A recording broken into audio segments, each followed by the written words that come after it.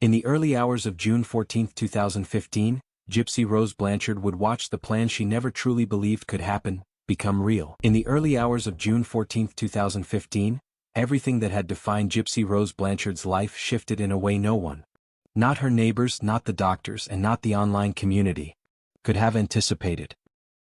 The plan she and Nicholas had discussed for months was no longer hypothetical, no longer just words exchanged late at night over a screen. It was unfolding inside the small pink house in Springfield, Missouri that had been the stage for so many fabrications and so much control. That morning began like any other. Quiet, uneventful, and oblivious to the violence about to unfold. Dee Blanchard was asleep, unaware of the man who had returned to town just hours earlier, waiting for the moment Gypsy could tell him her mother was vulnerable.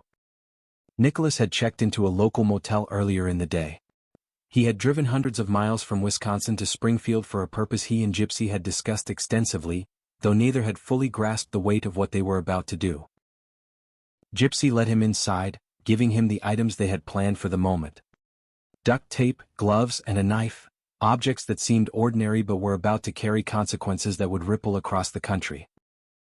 She retreated to the bathroom, closed the door, and covered her ears, wanting distance from the violence but unable to stop it.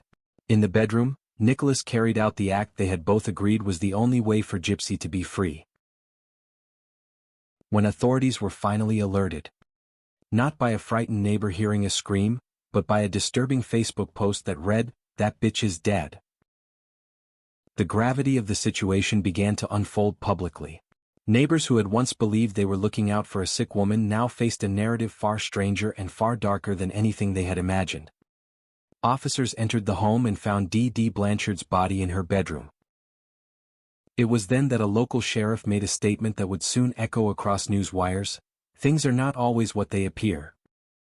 In that moment, what had begun as a missing person inquiry and a bizarre social media message turned into a murder investigation that would quickly reveal layers of deception and abuse that shocked both local residents and national audiences.